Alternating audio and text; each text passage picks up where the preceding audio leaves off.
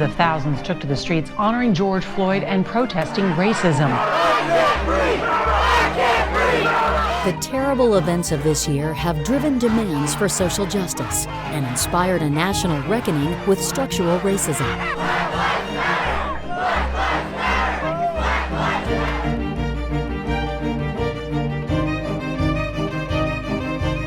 These Culture of Health Prize winning communities have long known they must engage in hard conversations about the historical wrongs that perpetuate today's inequities. You can't disconnect the historical disparities from what's happening today. For hundreds of years, policies and practices have continued to marginalize minority populations, in particular African Americans. The superintendent of the park said, "Why do so few African Americans walk in the park?" And I told him it is because they think that the park glorifies the Confederacy. There are no systems, healthcare, education, economics, criminal justice, that are not affected by racism.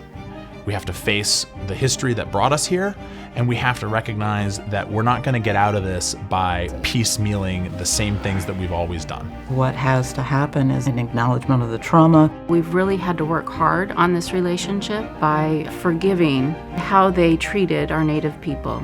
We're really entering this work of disparate outcomes by addressing the root cause of systemic racism. These are honest conversations about deeply rooted injustices that linger in our institutions and shape our communities.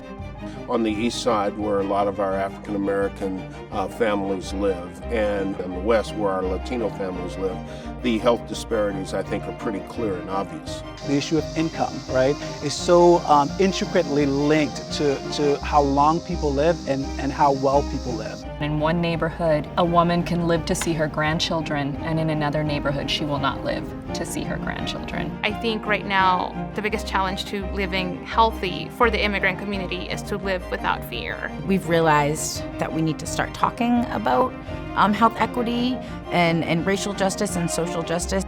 These are important conversations about confronting systemic racism to create opportunity and health for everyone.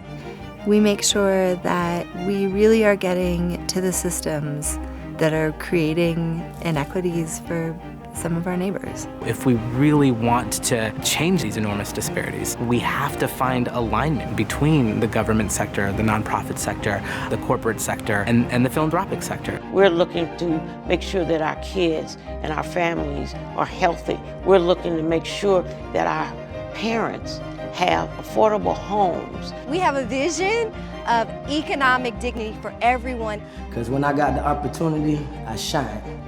That's all I needed. I mean, I think that's what everybody wants. Our Latino community has increased greatly.